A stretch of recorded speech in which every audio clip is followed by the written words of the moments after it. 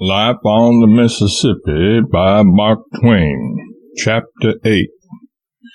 Perplexing Lessons.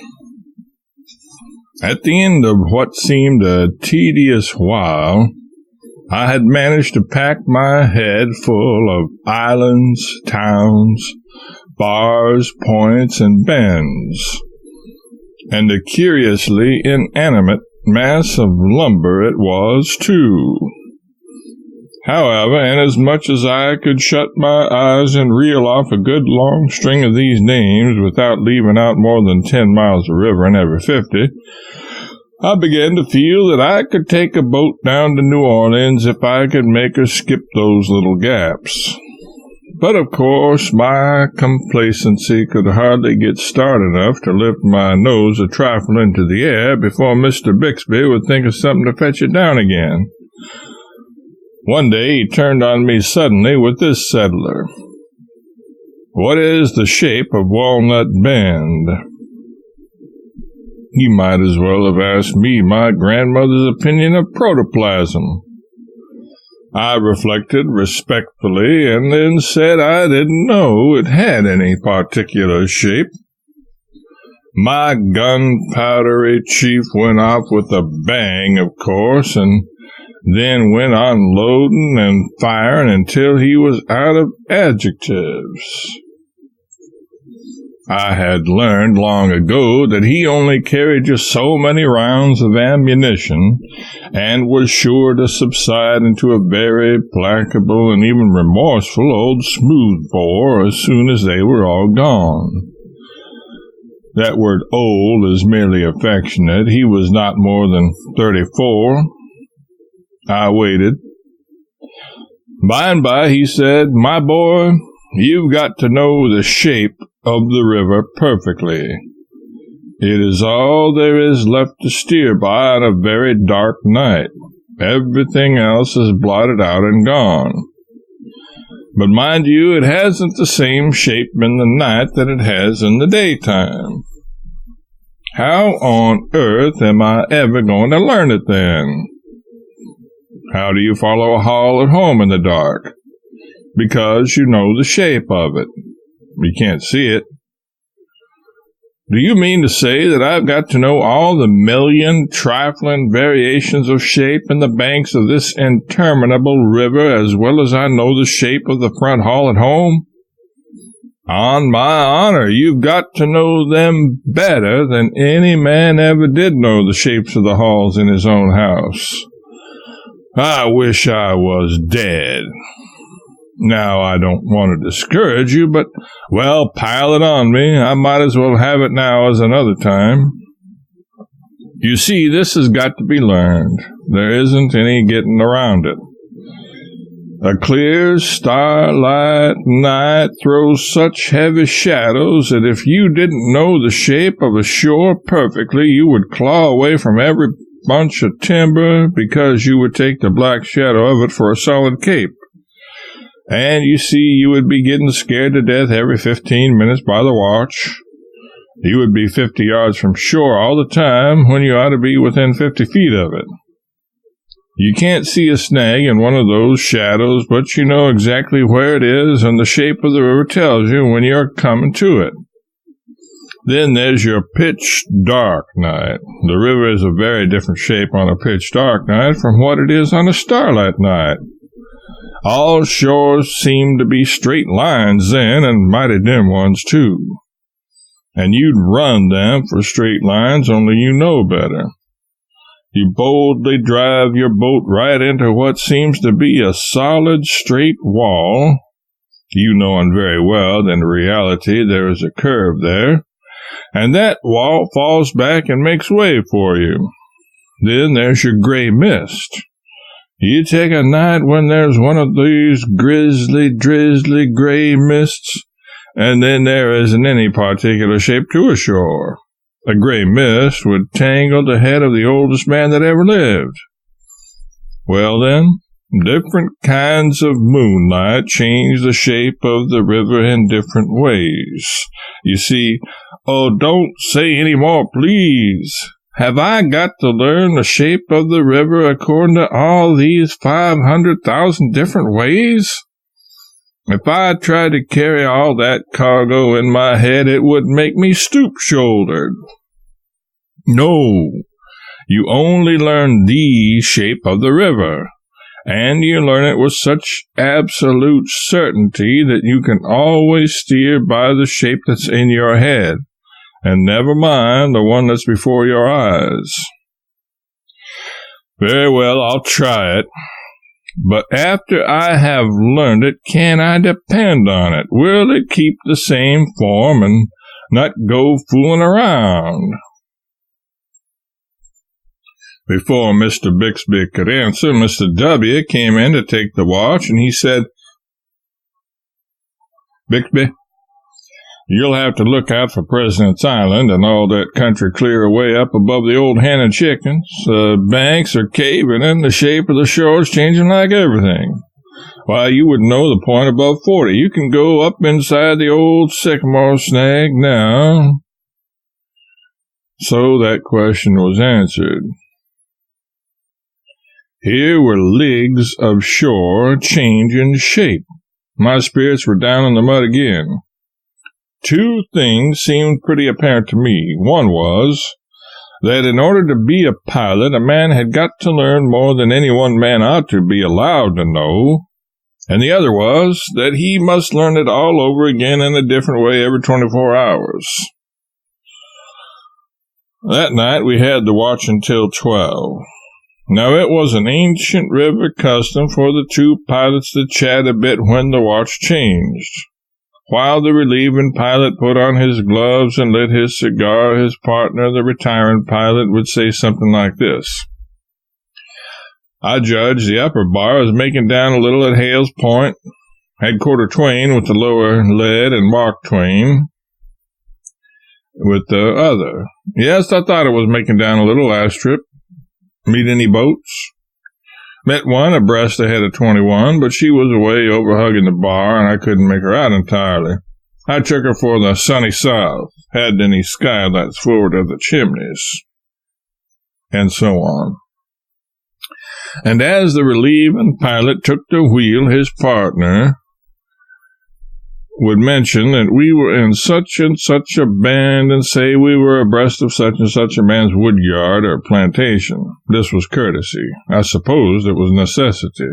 But Mr. W. came on watchful 12 minutes late on this particular night. A tremendous breach of etiquette. In fact, it is the unpardonable sin among pilots. So Mr. Bixby gave him no greeting whatever, but simply surrendered the wheel and marched out of the pilot house without a word. I was appalled. It was a villainous night for blackness. We were in a particularly wide and blind part of the river, where there was no shape or substance to anything, and it seemed incredible that Mr. Bixby should have left that poor fellow to kill the boat trying to find out where he was. But I resolved that I would stand by him anyway. He should find that he was not wholly friendless, so I stood around and waited to be asked where we were. But Mr. W. plunged on serenely through the solid firmament of black cats that stood for an atmosphere, and never opened his mouth. Here's a proud devil, thought I. Here is a limb of Satan that would rather send us all to destruction than put himself under obligations to me, because I am not yet one of the salt of the earth and privileged to snub captains and lord it over everything dead and alive in a steamboat. I presently climbed up on the bench. I did not think it was safe to go to sleep while this lunatic was on watch. However, I must have gone to sleep in the course of time, because the next thing I was aware of was the fact that day was breaking, Mr. W. gone, and Mr. Bixby back at the wheel again. So it was 4 o'clock and all well. But me, I felt like a skin full of dry bones, and all of them trying to ache at once. Mr. Bixby asked me what I had stayed up there for. I confessed that it was to do Mr. W. a benevolence, tell him where he was. It took 5 minutes for the entire preposterousness of the thing to filter into Mr. Bixby's system, and then I judge it filled him nearly up to the chin, because he paid me a compliment, and not much of a one either. He said, "Well, taking you by and large, you do seem to be more different kinds of an ass than any creature I ever saw before. What did you suppose he wanted to know for?" I said I thought it might be a convenience to him. "Convenience? Damnation, didn't I tell you that a man's got to know the river in the night the same as he'd know his own front hall?" "Well, I can follow the front hall in the dark if I know it is the front hall. But suppose you set me down in the middle of it in the dark and not tell me which hall it is. How am I to know?"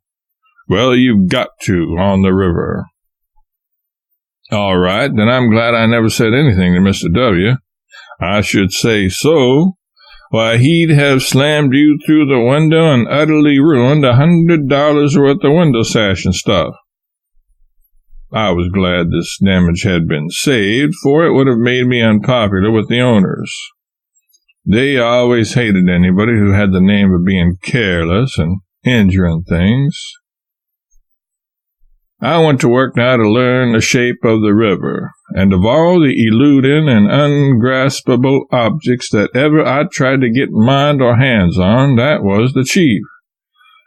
I would fasten my eyes upon a sharp, wooded point that projected far into the river some miles ahead of me, and go to laboriously photographing its shape upon my brain. And just as I was beginning to succeed to my satisfaction, we would draw up toward it, and the exasperating thing would begin to melt away and fold back into the bank. If there had been a conspicuous dead tree standing upon the very point of the cape, I would find that tree inconspicuously merged into the general forest and occupying the middle of a straight shore when I got abreast of it. No prominent hill would stick to its shape long enough for me to make up my mind what its form really was, but it was as dissolving and changeful as if it had been a mountain of butter in the hottest corner of the tropics. Nothing ever had the same shape when I was coming downstream that it had borne when I went up. I mentioned these little difficulties to Mr. Bixby. He said, "That's the very main virtue of the thing. If the shapes didn't change every 3 seconds, they wouldn't be of any use. Take this place where we are now, for instance. As long as that hill over yonder is only one hill, I can boom right along the way I'm going. But the moment it splits at the top and forms a V, I know I've got to scratch to starboard in a hurry, or I'll bang this boat's brains out against a rock. And then, the moment one of the prongs of the V swings behind the other, I've got to waltz to larboard again, or I'll have a misunderstanding with the snag that would snatch the keelson out of his steamboat as neatly as if it were a sliver in your hand. If that hill didn't change its shape on bad nights, there would be an awful steamboat graveyard around here inside of a year." It was plain that I had got to learn the shape of the river in all the different ways it could be thought of. Upside down, wrong end first, inside out, fore and aft, and thwartships. And then know what to do on gray nights when it hadn't any shape at all. So I set about it. In the course of time, I began to get the best of this knotty lesson, and my self-complacency moved to the front once more. Mr. Bixby was all fixed and ready to start it to the rear again. He opened on me after this fashion. "How much water did we have in the middle crossing that hole in the wall, trip before last?" I considered this an outrage. I said, "Every trip down and up the leadsmen are singing through that tangled place for 3/4 of an hour on a stretch. How do you reckon I can remember such a mess as that?" "My boy, you've got to remember it. You've got to remember the exact spot and the exact marks the boat lay in when we had the shoalest water in every one of the 500 shoal places between St. Louis and New Orleans. And you mustn't get the shoal soundings and marks of one trip mixed up with the shoal soundings and marks of another either, for they're not often twice alike. You must keep them separate. When I came to myself again, I said, when I get so that I can do that, I'll be able to raise the dead, and then I won't have to pilot a steamboat to make a living. I want to retire from this business. I want a slush bucket and a brush. I'm only fit for a roustabout. I haven't got brains enough to be a pilot, and if I had, I wouldn't have strength enough to carry them around unless I went on crutches. Now drop that. When I say I'll learn a man the river, I mean it, and you can depend on it, I'll learn him or kill him.